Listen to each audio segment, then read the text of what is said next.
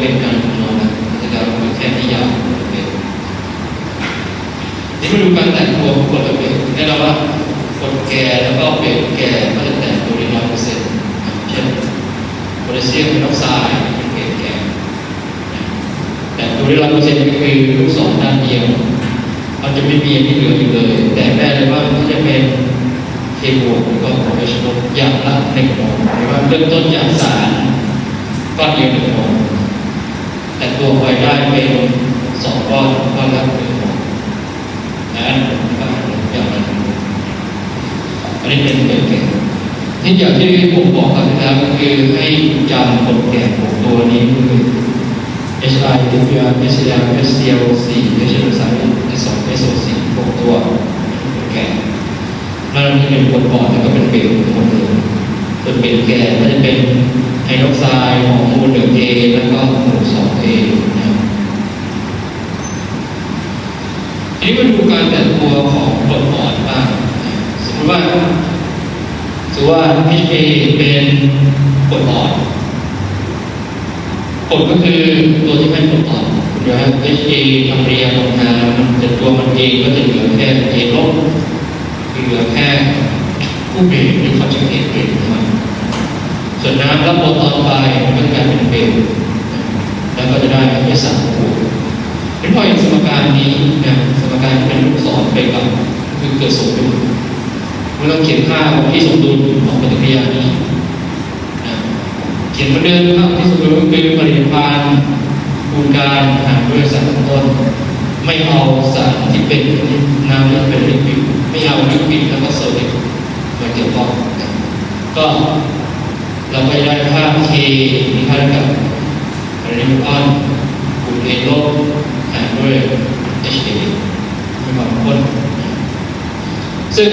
เนื่องจากว่าเป็นกรดแล้วเราเรียกว่าค่าที่นี้เป็นค่าที่การแต่งตัวของกรดอ่อน Ka แล้วแต่เขาจะเรียกว่าเป็น K อะไรว่าหลักการเขียนค่า K ก็จะเหมือนเดิมทุกอย่างให้เป็น Ka ที่คุณเห็นว่าถ้าค่า Ka มากเพราะว่ามากหมายความว่าเศษหารส่วนมีค่ามากก็เรียกว่าเศษมากกว่าส่วนเศษมากก็จะต้องแต่งตัวได้มากถ้าเป็น Ka มากก็แสดงว่าแต่งตัวได้มากก็จะมีไฮโดรเจนอ่อนมากมีมากก็เป็น K น้อยแต่ตัวน้อยทีนี้เป็นในกรณีของอันนี้เป็นกรดอ่อนนะกรดอ่อนอาจจะแบ่งออกเป็นโมโนโปรตีนเพราะว่าโมโนก็คือแต่งตัวให้1 โปรตอนนี่คือแต่งตัวให้1 โปรตอนส่วนโพลีโปรตีนก็คือสามารถแต่งตัวได้มากกว่า1 โปรตอนเช่นกรดฟอสฟอริกแอซิดสามารถแต่งตัวให้ถึง3 โปรตอนซึ่งแต่ละการแต่งตัวแต่ละครั้งก็จะเป็นสมดุลก็จะมีค่า K1 K2 K3 ต่างๆโดยที่ K1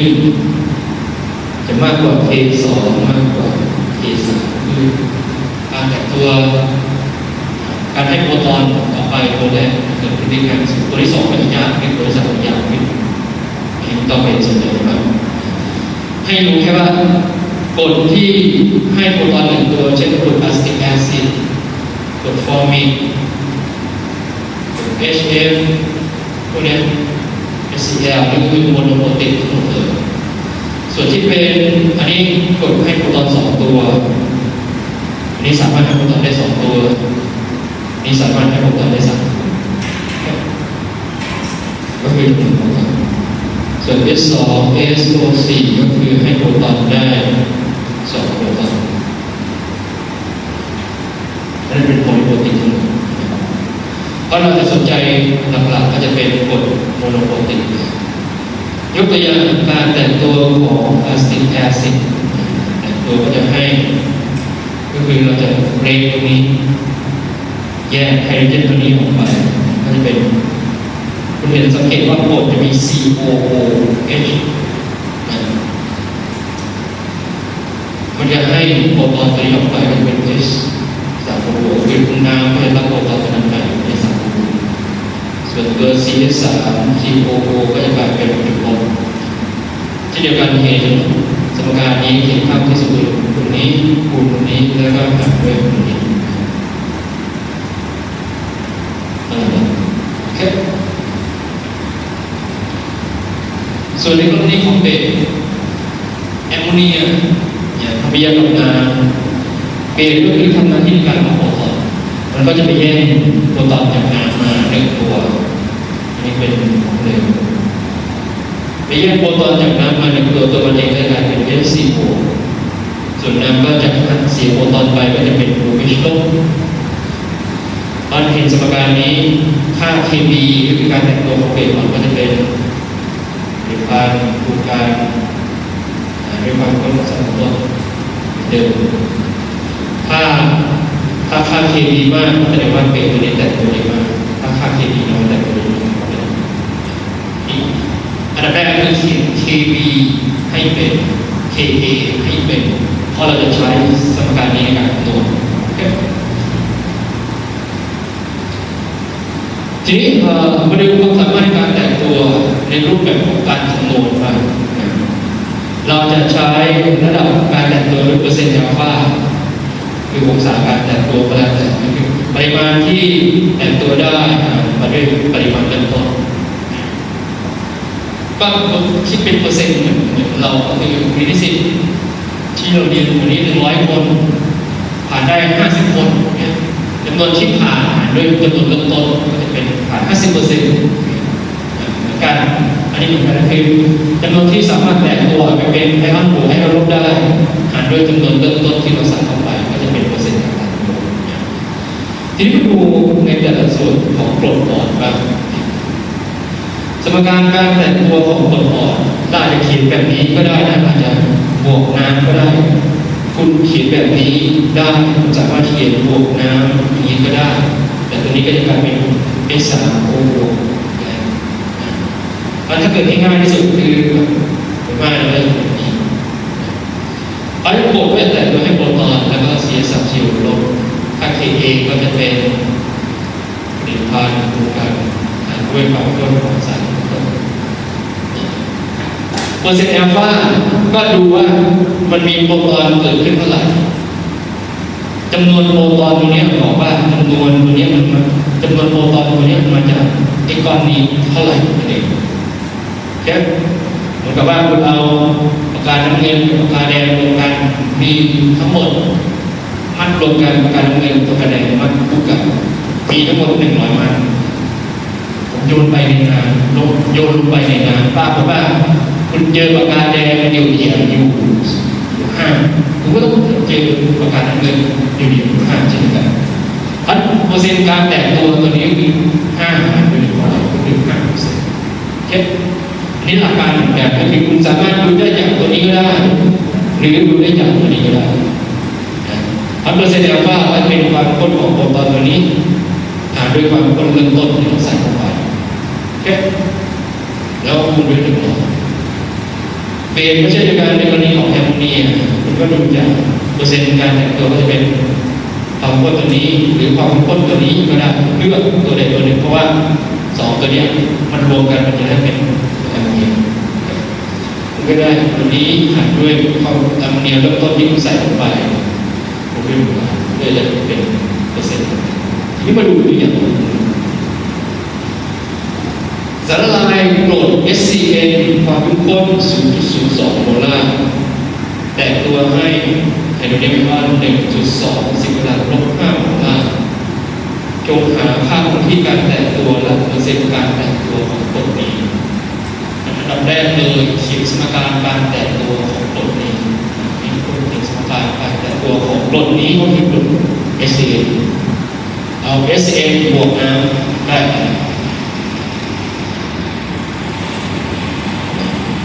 คุณก็จะได้ HCl บวกกับน้ำได้เป็นนี่เกี่ยวกับตัวนี้เป็นกรดอ่อนถ้าบอกว่าเขาว่าให้หาคงที่ค่าคงที่การแตกตัวจะเป็นกรดนี้เป็นกรดอ่อนถ้าเป็นกรดแก่เขาจะไม่บอกค่าคงที่การแตกตัวได้อะไรก็คือก็แตกตัวไปอันนี้ก็จะมารวมตัวกับน้ำและเป็น H3O บวกกับCl ที เพราะอันนี้เขาบอกว่าเริ่มต้น 0.02 โมลาร์อันนี้เปลี่ยนแปลงไปเราไม่รู้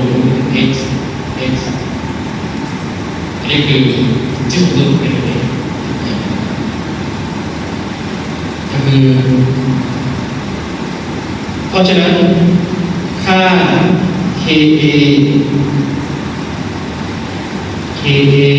ก็จะต้องมีค่าได้แบบการคนของโปรตอนก็คือ x ด้วยความเป็นของ x ก็คือ 0.2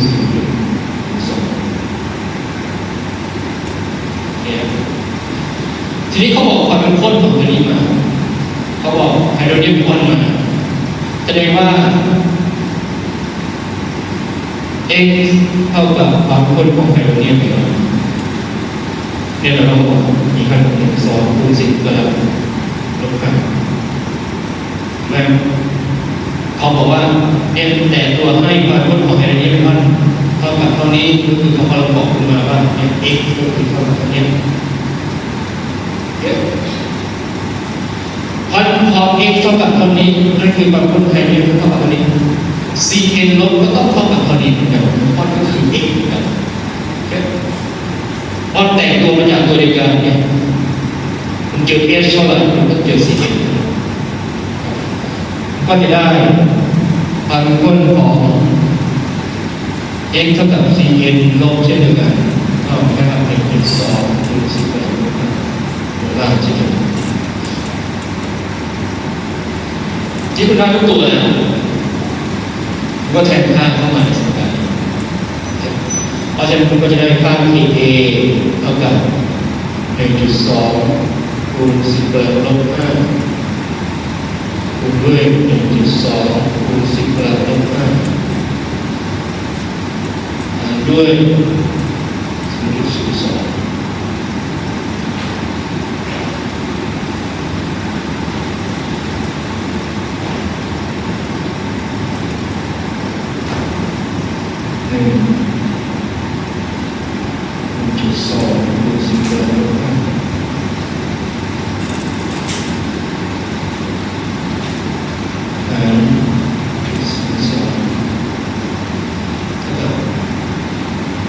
0.02คูณ10 ลบ 5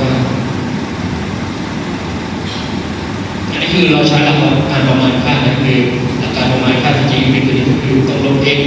แต่ว่าเราก็มีค่าประมาณ 0.02 อันนี้ก็คือได้คำตอบ Ka เรียบร้อยจะมาถ้าถามอะไรหาเปอร์เซ็นต์การแตกตัวของกรดนี้มันเปอร์เซ็นต์การแตกตัวเปอร์เซ็นต์อัลฟาก็จะมีค่าเท่ากับความเป็นข้นของโปรตอนคือเลือกตัวใดตัวหนึ่งนี้ก็ได้นี่ก็ได้นั่นคือเป็น 1.2 คูณ10 ลบ 5ด้วยความข้นเริ่มต้น 0.2 คูณด้วย 1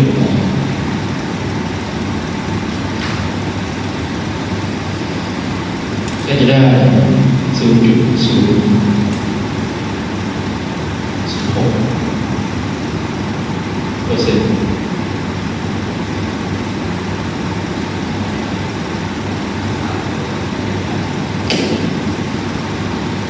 ไม่ได้สัมพันธ์กับสีเท่ากัน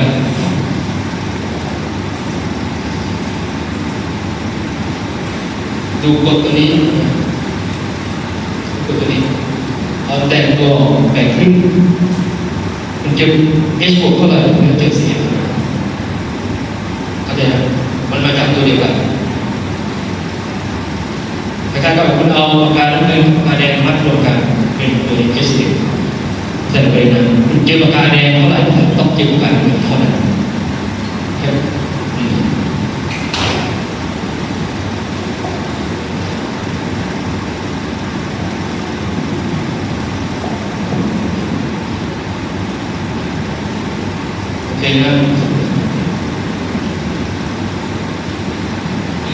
นี่เราทำไปก่อนเดี๋ยวมาดูให้คุณทำตัวนี้ถ้าเป็นเต็มละลายแอมโมเนียก็คือ NS3 NS3 เป็นกรดและเป็นเบสครับ NS3 เป็นเบสเป็นออนเพราะว่าแอมโมเนียมีค่าร้อยละการแตกตัวกับ 4.2 จะคงมาหาค่า Kb ของแอมโมเนียเริ่มต้นด้วยเขียนสมการการแตกตัวของเบสก่อนแอมโมเนียบวกกับน้ำก็ได้เบสทำปฏิกิริยาทำงานแล้วมันได้ OH ลบเขียนแล้วก็เริ่มต้นที่แตกตัวได้เลยเดิม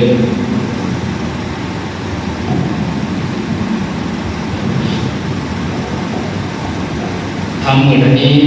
เหมือนนี้แต่ปิดเป็นเบส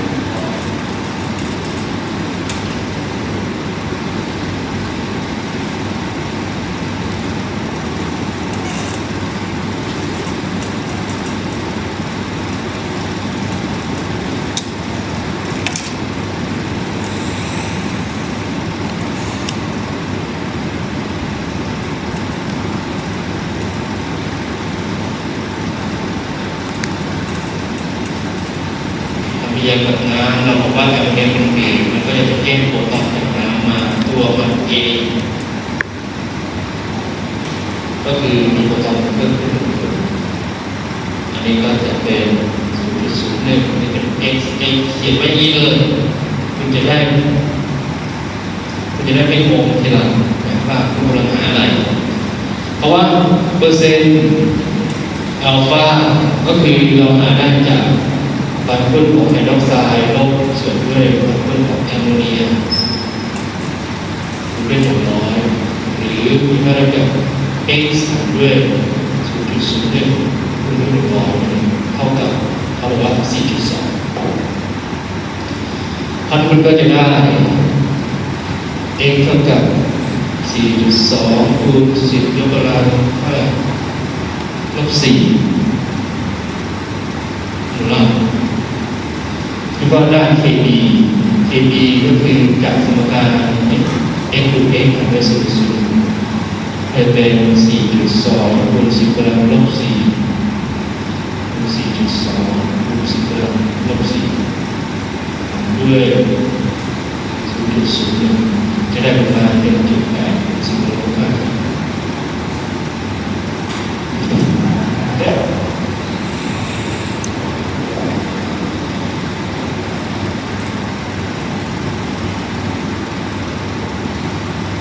คือเดี๋ยวตรงนี้เราให้กลับมาดูทีหลังนี่ก็จะเป็นเรื่องที่มันเพิ่มขึ้นมาอีกที่จะอาจจะไม่กลับมาได้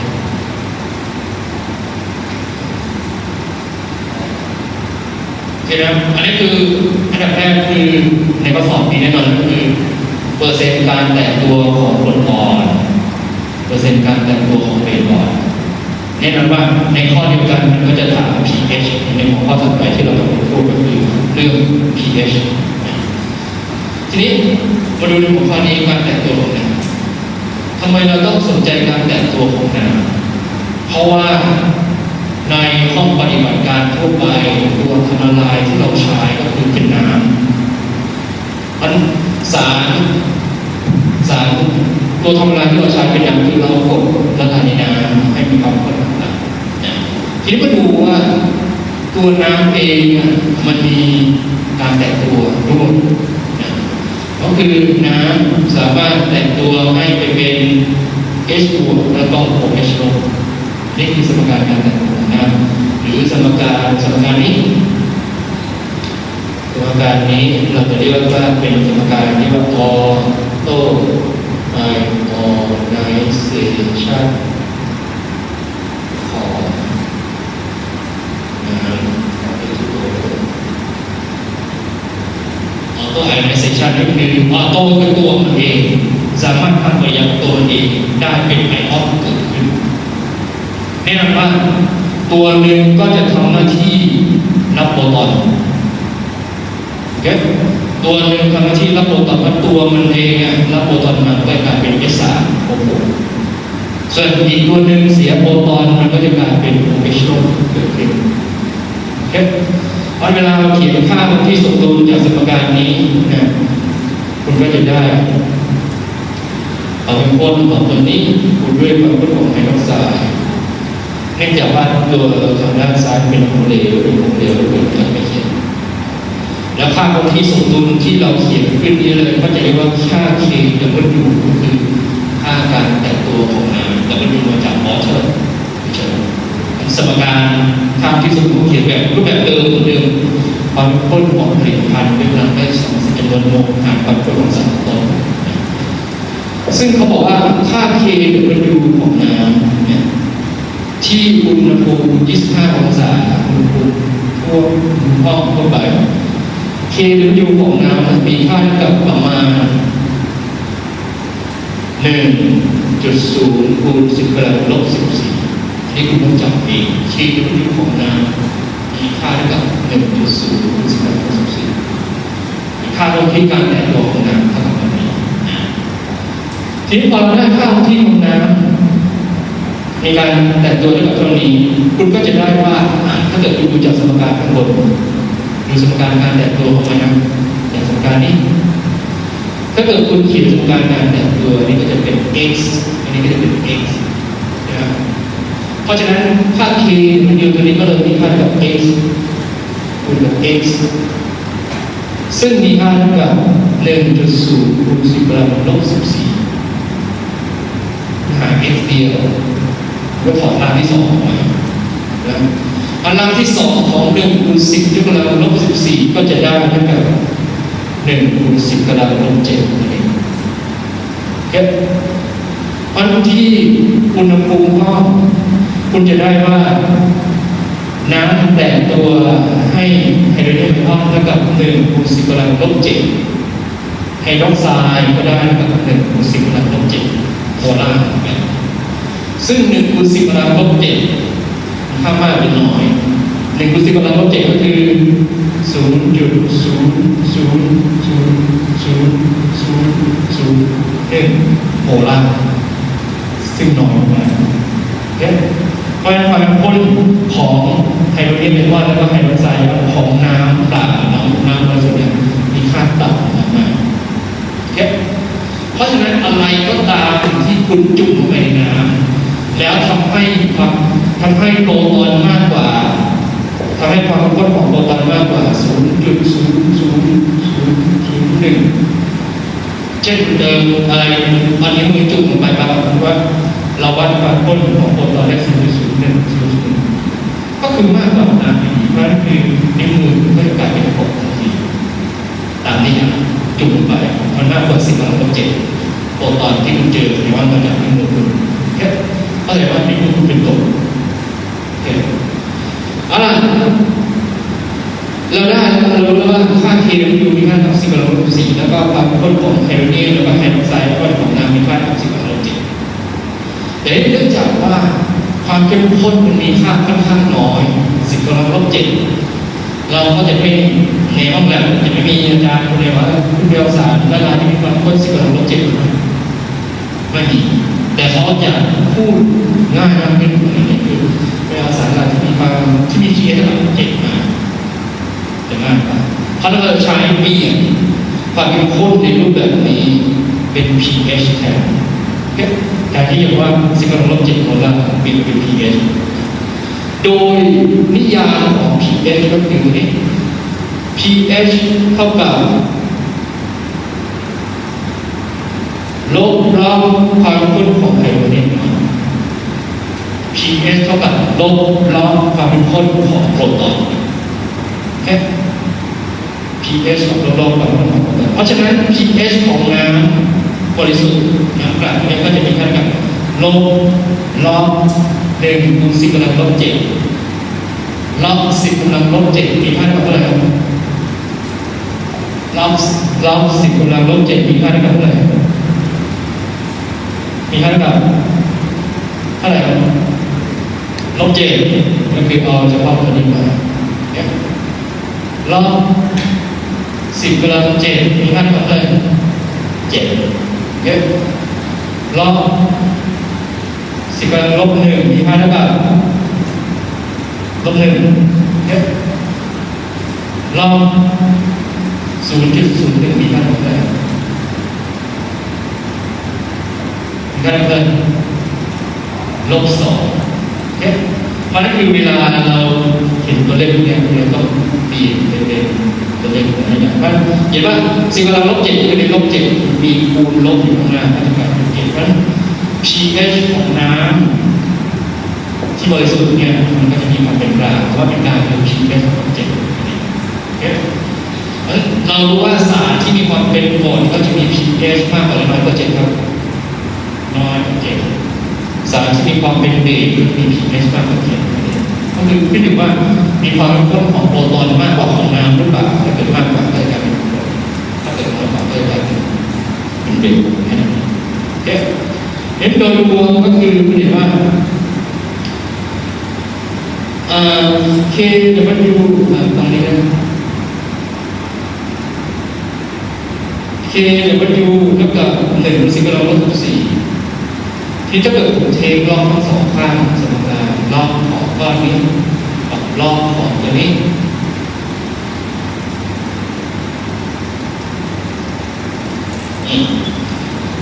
สิ่งที่ได้คือผมจะได้คือทางด้านขวาผมจะได้เท่ากับลบ 14ทางด้านซ้ายก็จะเป็นลบ10 กำลังลบ 7ก็จะเป็นลบ 7 ลบ 7เท่ากับ 14หรือว่า pH สุดท้ายแล้วคือมันก็จะมาตรงนี้จะได้เนี่ยลบกับลบกับเรื่องของโปรตอนกับลบของตัวนี้ก็จะมีค่ากับ 14อันนี้คือกลายเป็นได้ pH ของ pH อันนี้เป็นสมการอันนี้เราใช้สารละลายกรดหรือเบสตัวใดก็ตามที่มีตัวทำลายเป็นน้ำก็คือมันจะมีค่า pH บวก p บวก f เท่ากับ 14 เสมอถ้ามีตัวทำลายเป็นน้ำถ้าตัวทำลายเป็นตัวอื่นมันอาจจะมากกว่าหรือน้อยกว่า 14 ก็ได้ครับในกรณีเป็นน้ำครับ14 ที่สำคัญก็คืออันนี้คุณก็ต้องรู้ด้วยดูทางด้านซ้ายด้านขวาเช่นเดียวกันความเข้มข้นของโปรตอนระดับ10 ยกกำลังลบ pH เช่นความเข้มข้นของโปรตอนสารลายมี pH เท่ากับ2ความเข้มข้นของโปรตอนก็มีค่าเท่ากับ10 กำลังลบ2โมลาร์สมมติว่าสารละลายมี pH เท่ากับ2เรียกว่าความเข้มข้นของโปรตอนเท่ากับ10 กำลังลบ2ก็คือเนี่ยความเข้มข้นของโปรตอนเท่ากับ10 ยกกำลังลบ pH ความเข้มข้นของไฮดรอกไซด์ก็เช่นกัน10 ยกกำลังลบ pOH โอเคนะครับที่มาดูนี่นะอันนี้คือการพูดถึงก็คือผมต้องใส่รายละเอียดเข้าไปเพื่อเป็นการดูตัวอย่างจงหาความเข้มข้นของโปรตอนนักสมดุลและ pH ของสารลายกรดโมโนโปรติกคำว่ากรดโมโนโปรติกเราเห็นไปแล้วก็คือ HA เป็นคำทั่วไปอันนี้คือถ้าเกิดเขียนสูตรก็คือเขียน HA ความเข้มข้น0.00เป็น 0.122 โมลาร์กำหนดให้ kK เท่ากับเท่าไหร่อันดับแรกเลยในเนื้อหาบทนี้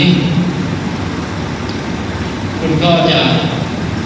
ต้องเขียนสมการการแตกตัวของกรดของ HA คุณเขียนสมการการแตกตัวของ HA เขียนสมการการแตกตัวของ HA พอคุณเขียนสมการนี้คุณจะสามารถไปต่อได้ถ้าเกิดคุณไม่เขียนคุณจะไม่รู้ว่าคุณจะเกิดอะไรเพราะฉะนั้นตอนแรกเขียนสมการการแตกตัวของ HA บวกกับน้ำกับ HA บวกกับน้ำอันนี้เป็นกรดก็คือทางด้านขวาจะต้องเจออะไรพิสารของกรดอันนี้เป็นข้อนี้นะ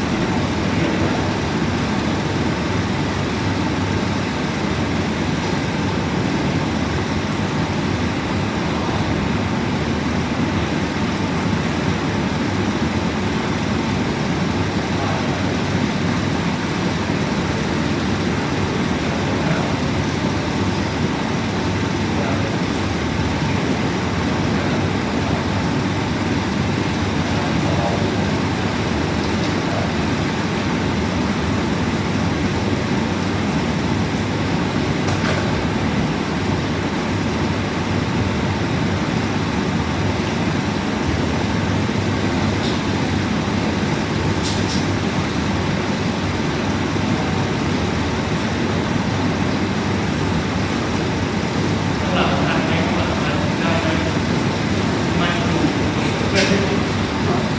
นตัวบอกนะ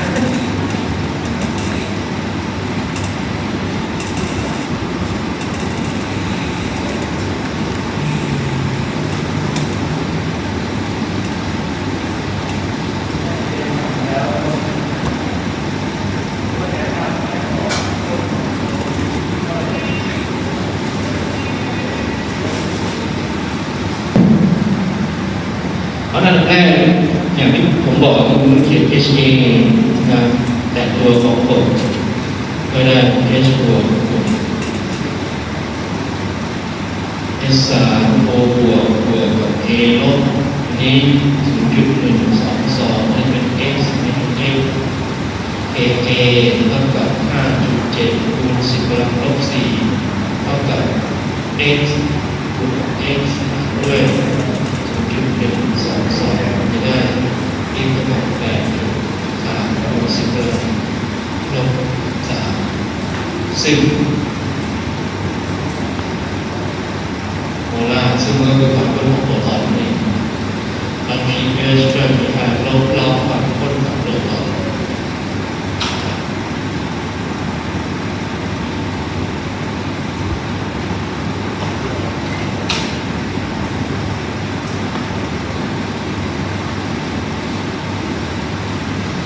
โอเควันนี้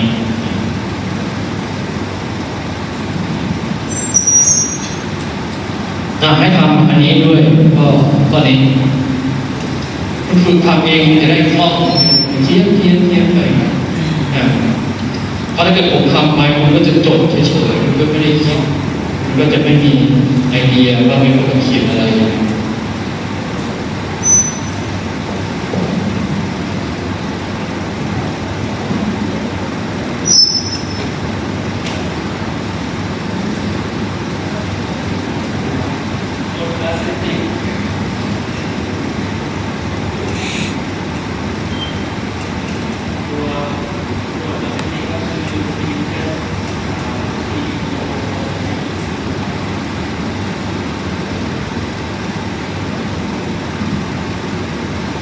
เดิมเป็นการแต่งตัวแบ่งค่าไล่ตัวแบ่งค่าที่ได้อะไรแล้ว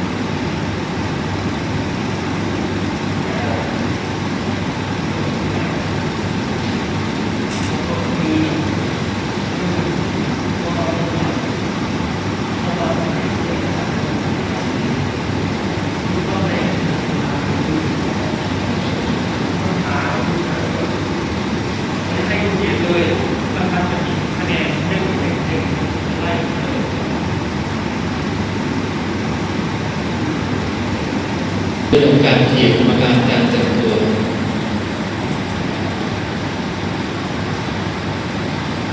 จะเป็น CH3 COO ลบ H3O 0.1 X ให้ pH มา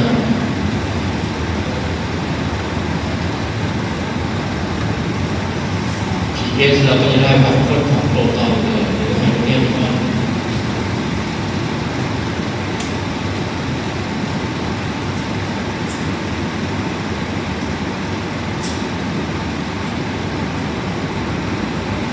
เราจะเป็นแล้วก็ค่า KA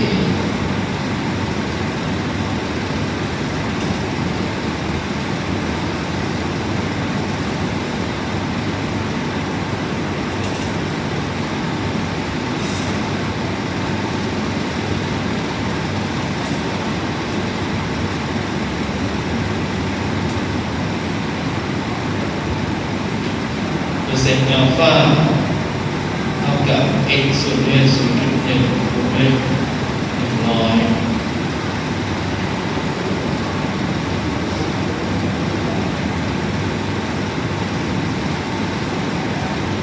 เนี่ยคุณไล่ปุ๊บมาก็คือถ้าเกิดผมไม่ได้อันนี้ผมจำตัวเลขกับคุณมาไม่ใช่ผมคิดเองก็เป็นถึงเวลาคนที่ให้ไล่ตามลำดับแบบนี้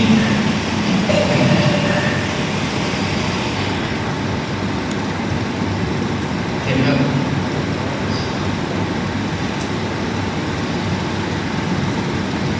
อันนี้ผมว่าผมข้ามไปดีกว่าเพราะว่า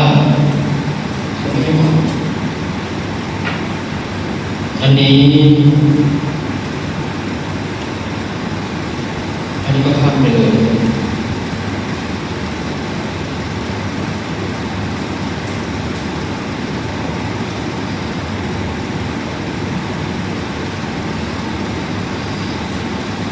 แล้วทีนี้ตรงส่วนนี้คุณไปลองทำทีละข้อได้จงหาความเข้มข้นของไฮโดรเจนก้อนของสารที่ pH ได้กับ 4.4 นี่ทำไงอันนี้คุณก็รู้ว่าความเข้มข้นของไฮโดรเจนไอออนเท่ากับ10 ลบ 4.4 ก็คือเลขมาก็จะได้คำตอบข้อ 2จงหาความเข้มข้นของสารลายที่มี pH ได้กับ 4.5 ก็ความเข้มข้นของOบวก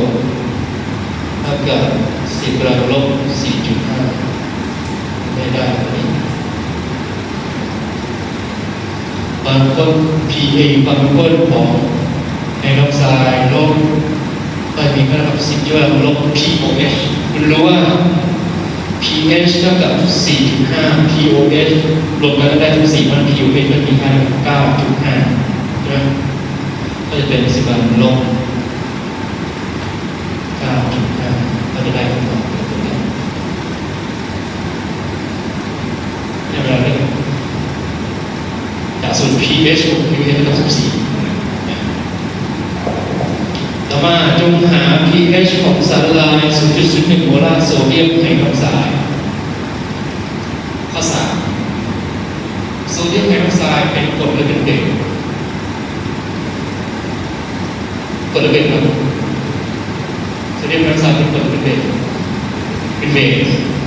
บสแก่หรือเบสอ่อนโซเดียมไฮดรอกไซด์เป็นเบสแก่หรือเบสอ่อนเบสแก่อันตัวนี้ก็จะให้ตัวนี้มันก็จะให้ความเข้มข้นของไฮดรอกไซด์เท่ากับ 0.01 ให้ความเข้มข้นของไฮดรอกไซด์เท่ากับ 0.01 ก็คือตัวนี้คุณได้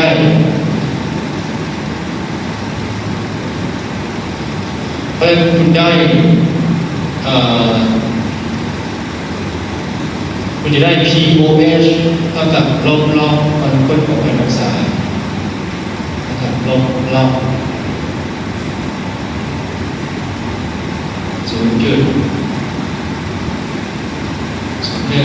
เท่ากับ2เพราะฉะนั้นคำตอบ pH ก็คือ14 ลบ 2 เท่ากับ 2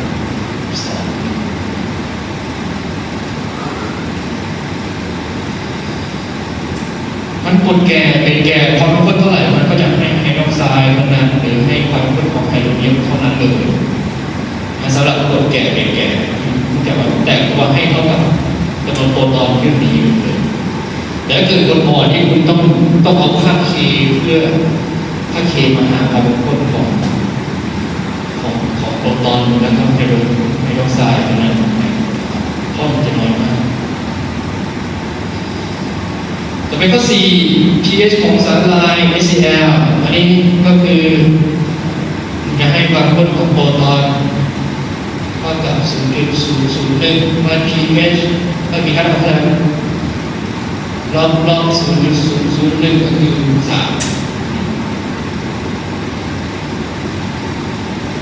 นี่คนแก่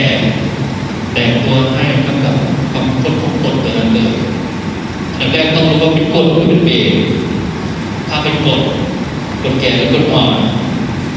กร ตัวแก่ทำก็เท่าไหร่แตกตัวให้โปรตอนคือให้ไฮโดรเจนมากขนาดเบรกแก่ก็เช่นเดียวกันก็แตกตัวให้ไฮโดรไซด์มากเท่านั้นเลยแล้วมันก็ถ้าเกิดเป็นบทก็เทคลบ pH ได้เลยถ้าเป็นเบรขอทำ pH ต้องทำ2สเต็ปก็คือหา pOH ก่อนแล้วเอา pH มาหา pH ของทีนึงจาก14ลบ pOH ก็จะได้ pH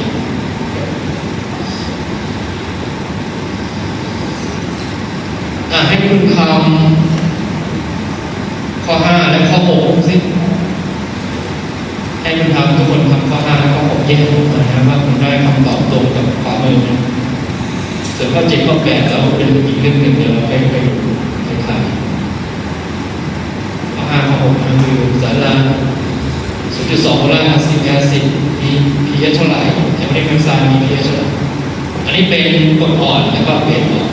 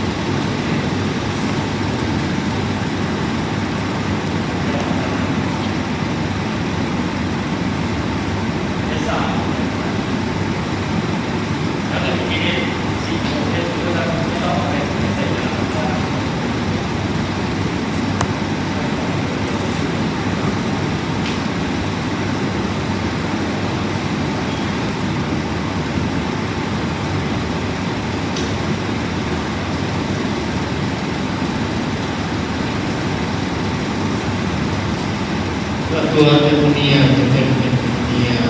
บวก H2O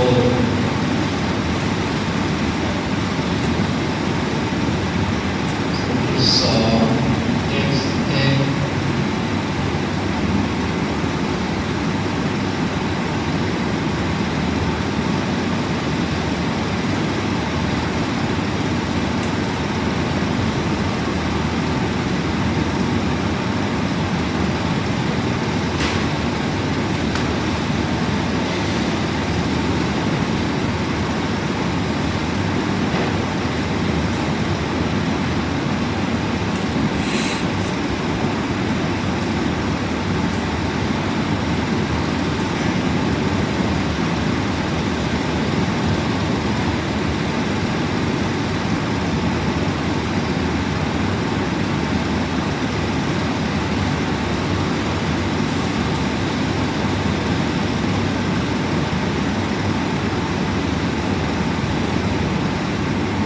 ได้เองก็คือความเคลื่อนไหวดอกสายมันก็ต้องได้ pOH ก่อนอันดับแรก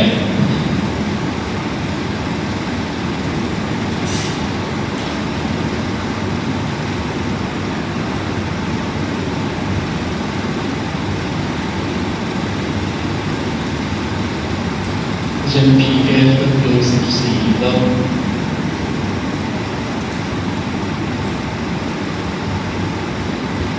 11.3ต้นไม้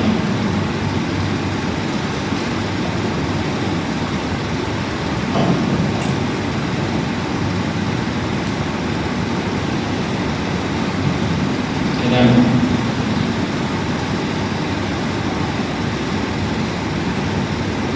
ส ส่วนข้อ7ข้อ8เดี๋ยวเราค่อยกลับมาดูตรงนี้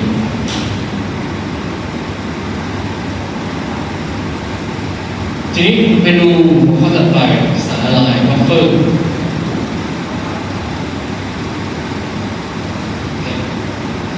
สารละลายบัฟเฟอร์เราจะมีอยู่2ชนิดก็คือบัฟเฟอร์กรดแล้วก็บัฟเฟอร์เบสนะอันบัฟเฟอร์ก็จะบอกไปด้วยนี่เป็นกรดอ่อนแล้วก็เกลือของมันเกลือของมันเก็บของมันเพราะว่าตัวนี้กรดอ่อนตัวนี้เกลือของมันก็คือตัวนี้มันลงอันนี้ก็จะเป็นบัฟเฟอร์เบสก็จะเป็นเบสออนกับเกลือของมันถ้าเกิดจะพูดให้ถูกคือกรดอ่อนกับคู่เบสมันถ้าเกิดจะพูดให้ถูกคอนจูเกตเบสของมันอันนี้เป็นกรดอ่อนคอนจูเกตเบสของมันเป็นตัวนี้เบสออนคู่กรดของมันเพราะในสารละลายบัฟเฟอร์คือเราจะมีกรดผสมกับเกลือของกรดหรือว่าคู่เป็นเยอะมากเราใส่ตัวนี้เยอะเราก็ใส่ตัวนี้เยอะเลยเพราะคำว่าบัฟเฟอร์คือเป็นอะไรที่เยอะมากๆเนี่ยยกตัวอย่างเช่นธนาคารโลกก็ทำหน้าที่เป็นบัฟเฟอร์ธนาคารโลกมีเงินเยอะมากจริงหรือว่าคุณไปยืมเงินจากธนาคารโลก1 ล้านบาทธนาคารโลกมีเงินเป็นล้านยืม1 ล้านบาทเป็นเศษเสี้ยวคือไม่กระทบต่อความมั่นคงไม่กระทบต่ออะไรของโลกเลยเพราะว่า1 ล้านบาทคุณไปอยู่มาคือถ้ามีเงินอยู่เช่น1 ล้านบาทไปยืม1 ล้านเสร็จคือแค่นิดเดียวไม่มีผลต่อระบบของเลยท่านคำว่าบัฟเฟอร์ที่ต้องเหมือนกันแล้วก็จะมีกรดเยอะมากเรามีเกลือเยอะมากเรามีเบสเยอะมากเรามีเกลือของเบสนี่เยอะมากเพราะฉะนั้นเวลาเราเติมโปรตอนลงไปเราใส่กรดลงไปมันก็จะมีพวกนี้มากำจัดโปรตอนที่คุณใส่ลงไป pH มันก็จะไม่เปลี่ยนหรือคุณใส่ OH ลงไปมันก็จะมีตัวนี้มากำจัด OH ของคุณ pH มันก็จะไม่เปลี่ยนเดี๋ยวมาดูว่าหลักการทำงานของมันเป็นยังไงทีมาดูก่อนนะให้คุณดูตรงนี้ข้อแรกต่อไปนี้เป็นสารละลายบัฟเฟอร์ว่ามาดูข้อแรก A อันนี้เป็นสารละลายบัฟเฟอร์ไหมครับเป็นไม่เป็นครับ A เป็นสารละลายบัฟเฟอร์ไหมครับเป็นเพราะว่าเป็นกรดอ่อนเกลือของกรดอ่อนข้อ 1เป็นต่อมาข้อ 2อันนี้เป็นสารละลายบัฟเฟอร์ไหมครับเป็นหรือไม่เป็นตัวนี้เป็นอะไรตัวนี้เป็นกรดหรือเป็นเบสกรดหรือเบสอ่อนอันนี้เป็นเกลือของเบสอ่อนมันผสมกับเบสต่อมาข้อ 3เป็นสารละลายบัฟเฟอร์ไหมครับอันนี้คืออะไรกรดแก่คำว่าแก่อันนี้เกลือของกรดแก่ก็คือทิ้งไปเลยไม่เกี่ยวไม่เข้าอะไรไม่ได้ไม่เข้าเงื่อนไขของบัฟเฟอร์ต้องอ่อนเกลือของกรดอ่อนเป็นอ่อนเกลือเป็นอ่อนโดยข้อดีเป็นบัฟเฟอร์ไหมครับอันนี้คือตัวนี้คือกดอะไรแก่ก็แก่อันนี้คือกดอ่อนกดแก่ผสมกดอ่อนไม่เข้าเงื่อนไขอันนี้ก็จะไม่ใช่แล้วก็ E NaOH เป็นอะไรครับเบส HCl เป็นกรด แก่เบรกแก่กดแก่ก็ไม่เข้าเงื่อนไขอยู่ดีมาข้อ F C3COH เป็นกรดอ่อน NaOH เป็นแก่คุณมีวงเล็บตรงนี้บอกว่าใส่กรดอ่อน2 ส่วนนะใส่เบรกแก่1 ส่วนเนี่ยตรงนี้2:1ก็คือใส่กรด2 ส่วนใส่เบรก1 ส่วนทีนี้กรดมันจะทำปฏิกิริยากับเบรก1:1หรือว่ามีเบรก1 ส่วนมีกรด2 ส่วนกรดจะเหลืออยู่1 ส่วนถูกไหมกรดเหลือสิ่งที่เกิดขึ้นก็จะได้เกลือเกิดขึ้น2 ตัวนี้รวมกันจะได้เกลือคุณมีกรดเหลือมันจะมีกรดอ่อนแล้วก็เกลือของกรดอ่อนผสมกันอยู่ในนั้นเลยนั่นก็คือตัวนี้ก็จะเป็นสารบัฟเฟอร์เพราะว่ามีกรดเหลือแล้วก็มีเกลือเกิดขึ้นกรดกับเบสทำปฏิกิริยากันมันจะได้เกลือแต่มาก็ G นี่เป็นเบสอ่อน HCl เป็นกรดแก่อัตราส่วน2:1อันนี้คือมันไม่ได้ทำปฏิกิริยาการเกิดเป็นเกลือ1:1เหมือนกันสิ่งที่เกิดขึ้นก็คือมีเกลือเกิดขึ้นแล้วก็มีเบสอ่อนเกลือผสมกันอยู่ในมิเตอร์หนึ่งกันคุณก็จะได้สารบัฟเฟอร์อันสุดท้ายโซเดียมไฮดรอกไซด์เป็นเบสแก่อะซิติกแอซิดเป็นกรดอ่อน2 ตัวนี้ทำปฏิกิริยาได้เกลืออัตราส่วน1:1คุณได้แค่เกลือเกิดขึ้นคุณไม่มีกรดเหลือเพราะฉะนั้นในกรณีนี้คือไม่เป็นนี่ข้อนี้คือแค่ดูคอนดิชันหรือว่าเงื่อนไขว่ามันต้องมีกรดแล้วก็เกลือของกรดผสมกันอยู่หรือว่าเบสอ่อนกับเกลือของเบสอ่อนผสมกันอยู่ถ้าเกิดขาดตัวใดตัวหนึ่งไม่ใช่สารบัฟเฟอร์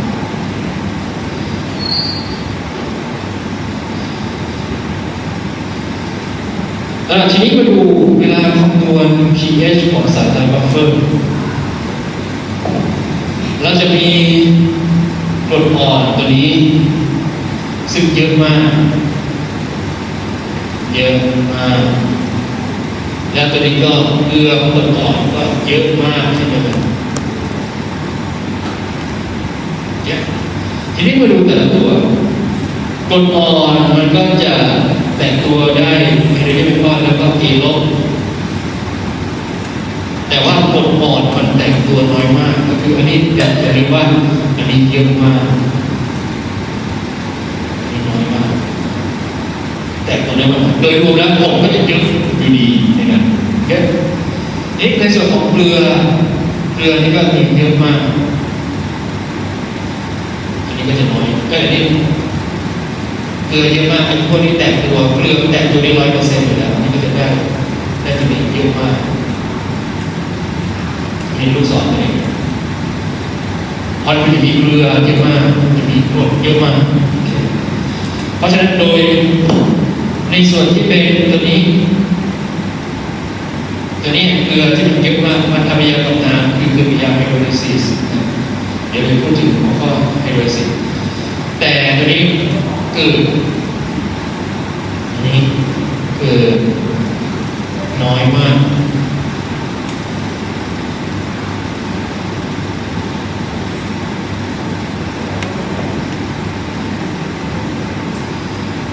ตัวนี้เกิดน้อยมากเพราะฉะนั้นก็จะเหลือ A โดยรวมแล้วเยอะมากเราจะมีตัวนี้เยอะมากเกลือเยอะมาก HA เยอะมากผสมกันในมิเตอร์เดียวกันมันโดยรวมแล้วเห็นว่าสิ่งที่เราสนใจก็คือเวลาเราเขียน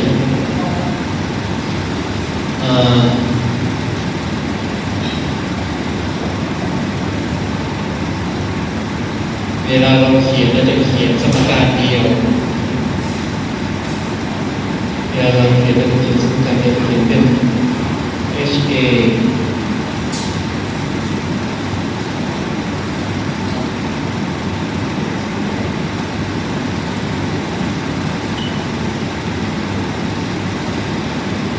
ตัวนี้คือเกลือ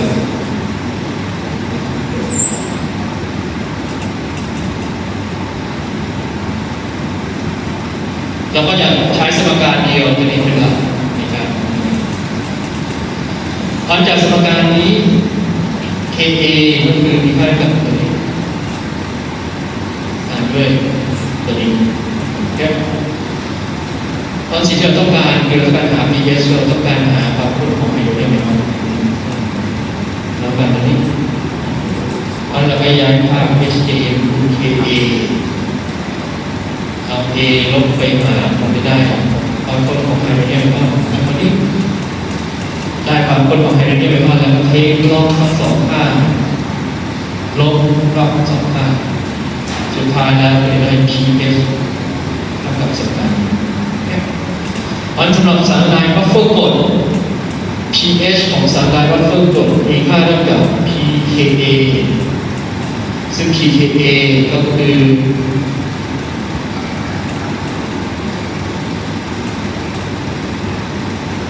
ลบ Ka นี่จะเพิ่มนะ Ka เท่ากับลบ Ka P อะไรก็คือลบขนาดนั้น pKb ก็ลบ Kb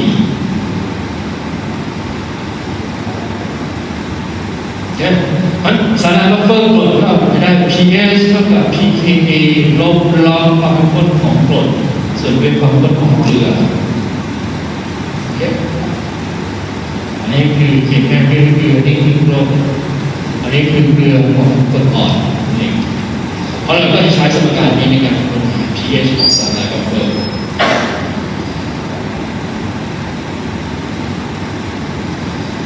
ในกรณีของ buffer base ก็เหมือนกันก็คือเราก็จะได้ pOH เท่ากับ pKb ลบเบสเสริมด้วยเกลือของเบสทีนี้เกลือของเบสมันเป็นผลเบสเป็นเกลือของเบสเพราะอะไรที่เป็นเบสจะมี2สเต็ปจะได้ pOH ออกมาก่อนแล้วก็เอาไปหา pH อีกทีนึงก็คือ14ลบ pOH อันนี้ไม่ต้องไปสนใจตรงนี้นะนั่นคือสนใจที่เราจะใช้สมการนี้ในการคำนวณตรงนี้ทีนี้มาดูจงคำนวณหา pH ของสารละลายบัฟเฟอร์ของ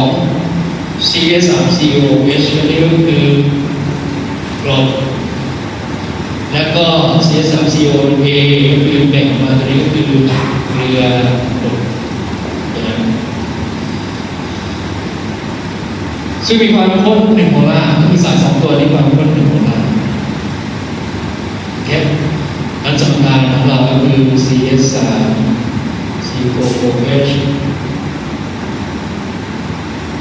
มันแต่งตัวให้ CS3 อันนี้เป็นกรดเป็นเกลือตัวนี้เกลือNa ไม่ต้องไปสนใจ Na เป็นตัวที่มันจากกรดแก่ไม่ต้องสนใจเป็นแก่เรามีอันนี้ 0.1 เรามีนี้ 0.1 อันนี้ไม่รู้เท่าไหร่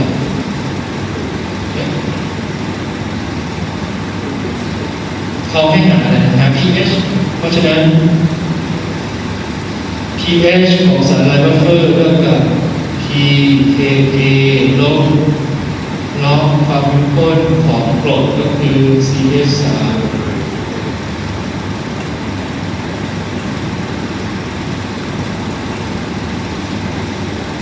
นี่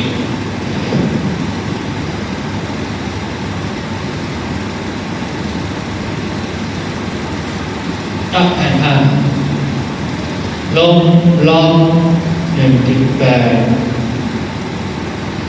คูณ10 กำลังลบ 5ลบด้วยล็อกของความข้นของกรดก็คือ1 โมลาร์ความข้นของเกลือคือ1 โมลาร์ล็อก 1ที่ค่าเท่าไหร่ล็อก 1ล็อก 1มีค่าเท่ากับ 0เพราะนั้นคือตัวนี้มันเป็น 0ก็จะเหลือแค่ล็อกข้างหน้ามันก็จะได้เท่ากับ 4.74 ได้เป็น pH ของสารมันใช้สูตรเลยใช้สูตรตัวนี้ p เห็นสมการเราไม่รู้ว่าโปรตอนเท่าไหร่แล้วก็ใช้สูตรนี้ไปเลยสำหรับคนที่ชีในมาฝึกเลย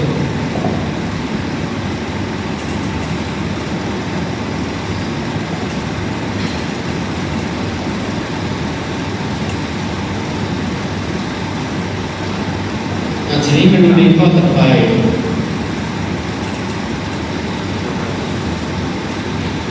จงหาอัตราส่วนระหว่างกรดกับเกลือเป็นกรดเกลือเพื่อทำให้ pH ของสารลาดอกเฟอร์มีค่าเท่ากับ 5.7 ให้ทำมานี้เขียนสมการเซตสมการเซต5เ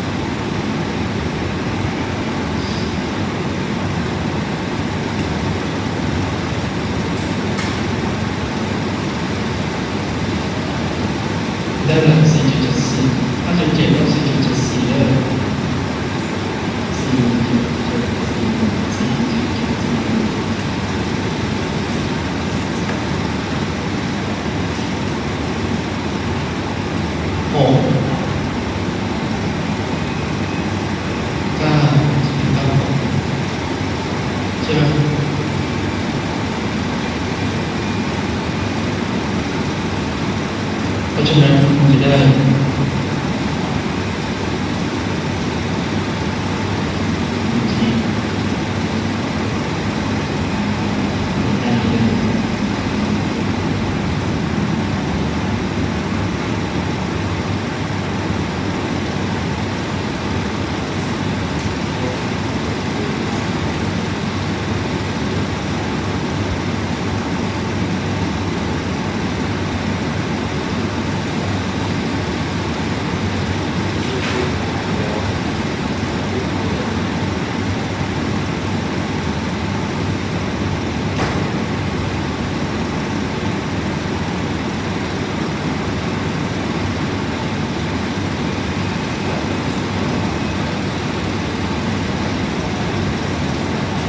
ก็เลยใช้เครื่องพิมพ์หนึ่งก็ได้คำตอบก็ได้หรือถ้าเกิดต้องการให้มัน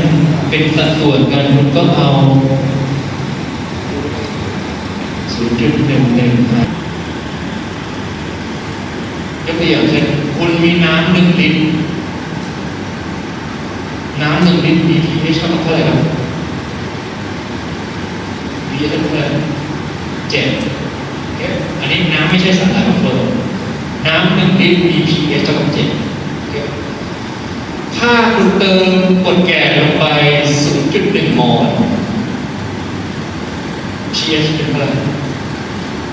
ถ้าเกิดคุณมีน้ำ1 ลิตรซึ่งเดิมมี pH เท่ากับ7เติมกรดลงไปในน้ำ1 ลิตร 0.1 โมลในปริมาณ1 ลิตร pH หลังจากเติมกรดลงไป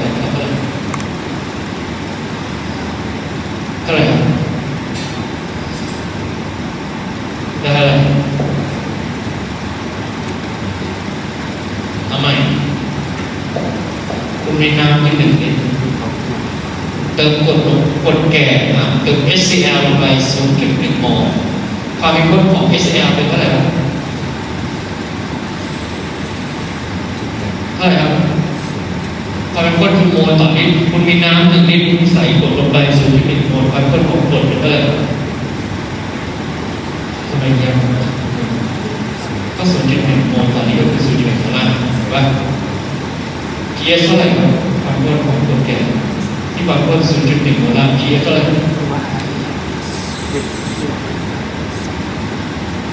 ความข้นเท่าไหร่ครับเกิดอะไรขึ้นทำไมมันง่ายอะไรที่ง่ายมากๆแต่ไม่รู้ทำไม่ได้คุณใส่กรด HCl 0.1 โมลเนี่ย pH เท่าไหร่ครับนี่ pH เท่าไหร่ HCl ความข้น 0.1 โมล pH เท่าไหร่1ใช่ไหมทำไมคุณงงอะไรผมไม่เข้าใจอันนี้คือมันปัญญาอ่อนมากเลยเพราะเราผ่านมาแล้วอะไรยากๆเราตอบได้อันนี้คือปัญญาอ่อนมากไม่รู้จะไม่ได้ก็เพี้ยนของรอบๆความข้นของตัวตอนรอบๆ 0.1 ก็คือนิดนึงแต่คุณอาจจะไม่รู้ว่า 0.1 ก็คือ10 กำลังลบ 1นี่นะว่าถ้าเกิดบอกว่าความข้น10 กำลังลบ 1 pH เท่าไหร่คุณจะตอบได้ในวันหนึ่งแต่พอผมเปลี่ยนเป็น 0.1 เท่านั้นแหละคุณจะงงกัน0.1 ก็คือ10 กำลังลบ 1เพราะคุณเห็นว่าน้ำเปล่าเดิม pH เท่ากับ7ไม่ใช่สารละลายคุณเติมกรดลงไป 0.1 โมล pH จะเปลี่ยนจาก7ไปเป็น1เนี่ยเห็นว่าจะเปลี่ยนไปเยอะมากเพราะสารละลายบัฟเฟอร์เนี่ยมีความสำคัญมากในร่างกายของเราก็จะมีสารละลายมีบัฟเฟอร์เพื่อควบคุม pH ในกระแสเลือดของคุณให้คงที่ตลอดเวลาถ้าเกิด pH เปลี่ยนแปลงไปเป็นกรดมากเห็นว่าดาราที่เป็นไข้เลือดออกก็คือเลือดของเขามีความเป็นกรดก็คือมีคาร์บอนไดออกไซด์สูงกระบวนการทางเมตาบอลิซึมหรือเอนไซม์ก็ไม่ได้มันจะเดนเพราะมันจะต้องแบ่งที่ pH ใกล้เคียง7แถวนี้ 7.1 7.2 7.3 7.4 แต่ไม่ใช่แบบจาก7เป็น1ถ้าเกิด pH ในร่างกายคุณเปลี่ยนไปเป็น1คุณตายที่ pH ที่ยกกดลงไปแต่ในร่างกายของเรามีระบบ pH เพื่อควบคุมไม่ให้มันเปลี่ยนแปลงอันนี้เหมือนกันมาดูว่า pH ของสารละลายก่อนเติมกรดและหลังเติมกรดราคาเพราะว่าผสมสารละลายบัฟเฟอร์แอมโมเนีย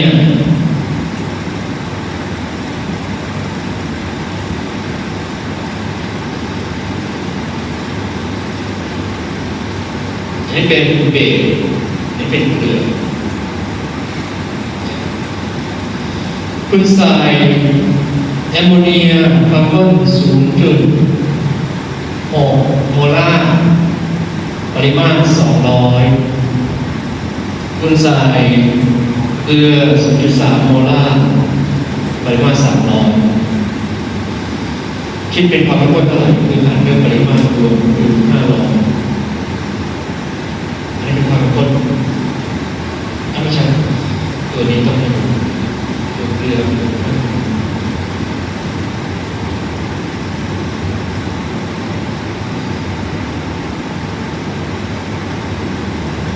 ได้เลย1.255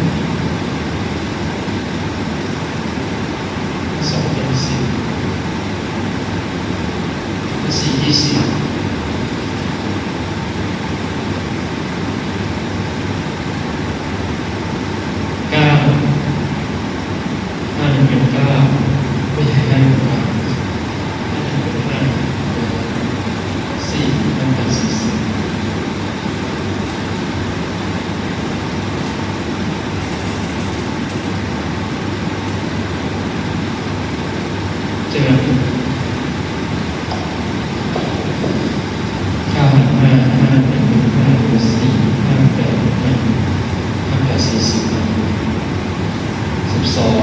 2เป็น10เหลือ2 5 4 20แล้วได้สารและบัฟเฟอร์ที่มีความข้นของกรดเป็นของเบสเท่านี้ความข้นของเกลือนี่โจคำนวณหา pH ของสารและบัฟเฟอร์ที่เก็บได้อันนี้คือความเข้มข้นเราใช้ C1 B1 B2 B2 C1 B1 B2 ตัวนี้เกิดจากอันนี้รวมกับตัวนี้เช่นเวลาหาความแอมโมเนีย C1 ก็คือ200 C1 ก็คือ 0.6 B1 ก็คือ200เท่ากับ C2 ซึ่งเราต้องหา B2 ก็คือปริมาณรวมคือของอีกตัวหนึ่งผสมกันแล้ว200กับ300นี่มันก็จะได้ความข้นที่ปริมาณ500อันนี้เป็นความข้นที่ผสมกันเสร็จแล้วนะมีความข้นที่ปริมาณ500พอได้ตรงนี้แล้วคุณก็จะได้ pH ตอบคำถามข้อแรกนะครับเพราะฉะนั้นคุณจะได้อันนี้ผิดเรื่องภาษาไทยนี่เป็นเบสนะอันคุณก็จะได้ pOH เท่ากับ pKb ลบเบสก็คือแอมโมเนียส่วนเป็นเกลือก็ได้กับลบ1 จุด8คูณ10 กำลังลบ5ลบ0.24 หารด้วย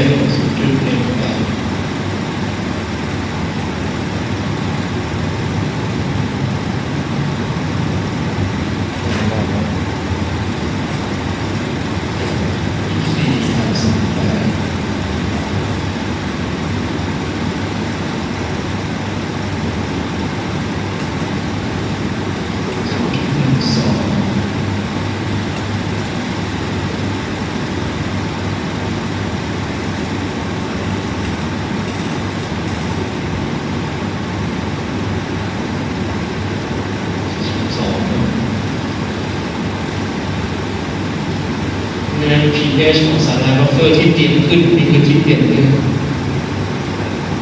เท่ากับ14ลบ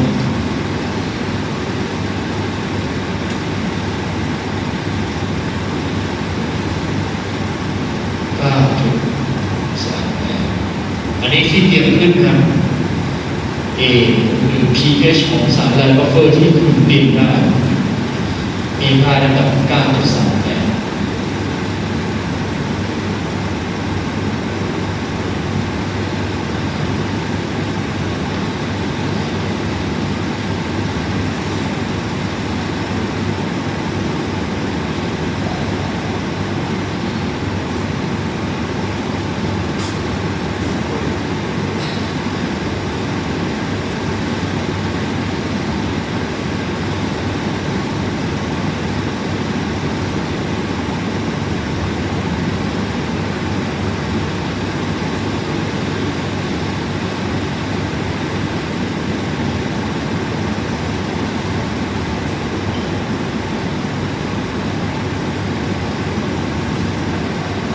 ทีนี้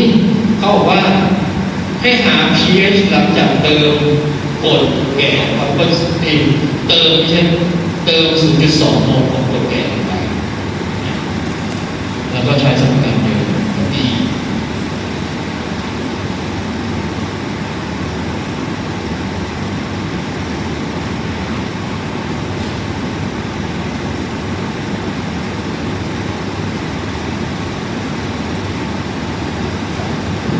แอมโมเนียเรามีเท่าไหร่เราบอกว่าเรามีแอมโมเนีย 0.24 โมลต่อลิตรนะช่วยผมพี่หน่อยตอนนี้แอมโมเนียเรามี 0.24 โมลต่อลิตร1 ลิตรมีกี่ ml ลิตรมี 1,000 แต่ตอนนี้ของเรามีอยู่500แสดงว่ามันมีอยู่ครึ่งหนึ่งโมลมีแค่ 0.12 โมลแค่มันจะมีแอมโมเนียอยู่นี่จะเป็นโมลนะโมลอันนี้ก็เป็น 0.12 โมลแอมโมเนียมันก็จะมีอีกนิดหนึ่งก็คือ 0.09 โมลภาษาหลักเรามีแค่500 ml มันเป็นความข้นก็คือ 0.24 โมลต่อลิตรหมายถึงว่า1 ลิตรมีอยู่ 0.24 โมลแต่ตอนนี้เรามีแค่ครึ่งก็เลยความข้นกับจำนวนแบบนี้ทีนี้เวลาเราเติมกรดลงไป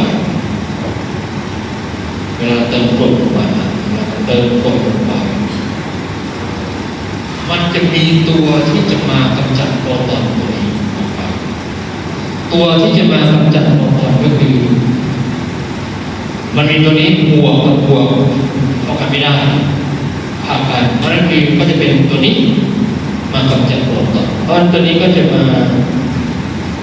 กำจัดโปรตอน 0.02 แอมโมเนียเข้าไปจับกับโปรตอนแล้วได้เป็นแอมโมเนียเพราะตัวแอมโมเนียมันก็จะลดลง 0.02 ส่วนแอมโมเนียมันก็จะเพิ่มขึ้น 0.02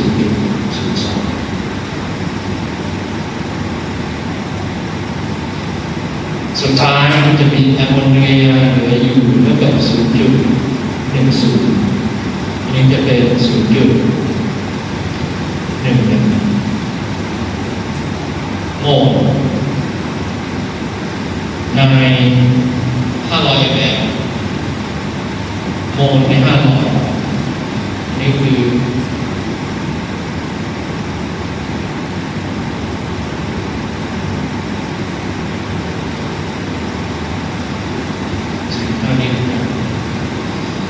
ความคิดเป็นความข้นก็คือที่เป็นความข้นได้2 เท่าก็จะเป็น 0.2 ใช่ไหม 0.2 นี่เป็นความข้นก็คือเรื่อง 0.5 ลิตรเรื่อง 0.5 ลิตรเพื่อให้เป็นโมลต่อลิตรไม่เอาโมลต่อ 0.5 ลิตรเอาโมลต่อลิตรก็จะเป็น 0.20 อันนี้ก็จะเป็น 0.22 โมลาร์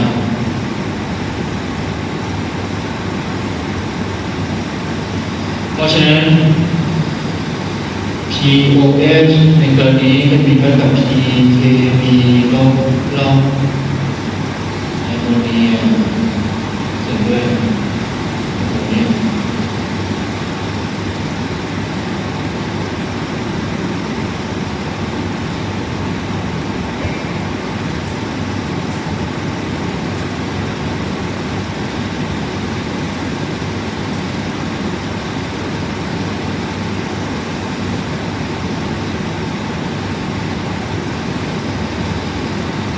ได้ 2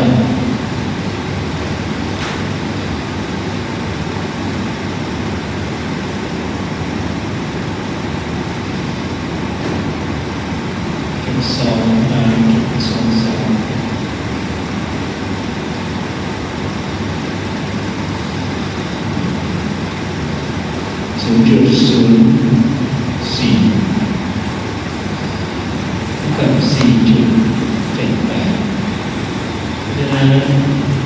POH เท่ากับ 14 ลบ 4.78 ได้เท่ากับ 9.22 สาลายเดิม 9.38 เติมกดลงไป 0.02 โมล pH เปลี่ยนแปลงไปคือ pH ลดลงนิดนึงจาก 9.38 เป็น 9.22 ซึ่งในห้องปฏิบัติการเราเอาอะไรนะตัวอินดิเคเตอร์มันไม่สามารถบอกความแตกต่างตรงนี้ได้ มันก็จะเหมือนค่า pH ยังคงใกล้เคียงค่าเดิม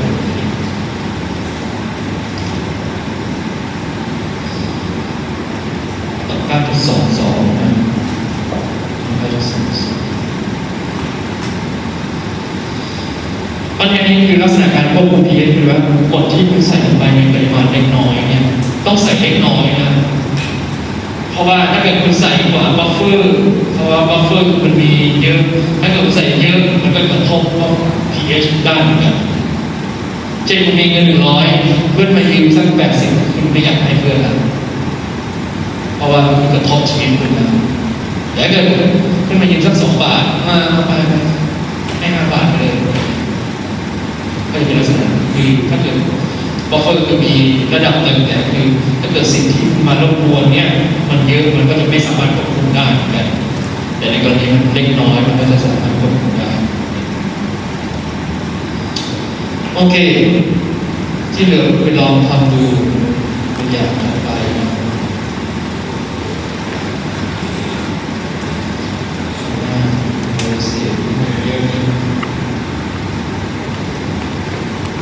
ตอนหน้าก็คงจบโอเค